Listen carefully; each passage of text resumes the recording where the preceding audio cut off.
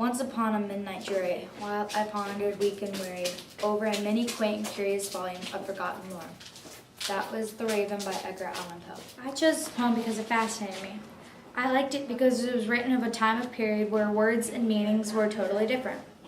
From my perspective, I think Edgar Allan Poe was a little creepy and crazy. He married his 13-year-old cousin at the age of 40, and for me, that's a little weird because I'm 13, and you're most likely 13 also. But I didn't let that get between his poems and I. It's the one that we can connect to. Well, I didn't really think about getting my own, but I don't really read this poem. No, literally, ever.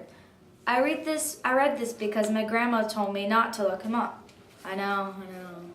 She said he was a creepy man because he married his 13-year-old cousin. But I bet you don't want to hear this stuff. The reason why this poem fascinated me is because I can understand everything he was talking about.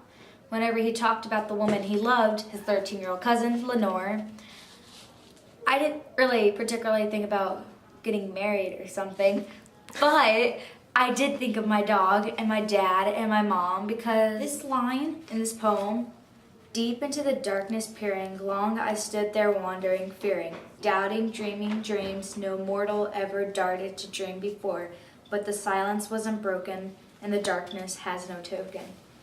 I thought if I ever were to lose someone else that I loved, that this is what my path would look like. A very sad, dark path.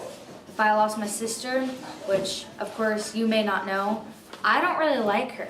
I don't at all. But if I lost her, then I have no one to talk to. Most poems I read are sad. Most poems can make me feel angry. Well, this poem, it kind of makes me feel a little happy, but I can understand what he feels. Whenever I read this poem, I can feel the exact same thing he has. Something's there for you, it makes you feel happy, and then all of a sudden it's gone. Once upon a midnight dreary, while I pondered weak and weary over a many quaint and curious volume of forgotten lore. That was The Raven by Edgar Allan Poe.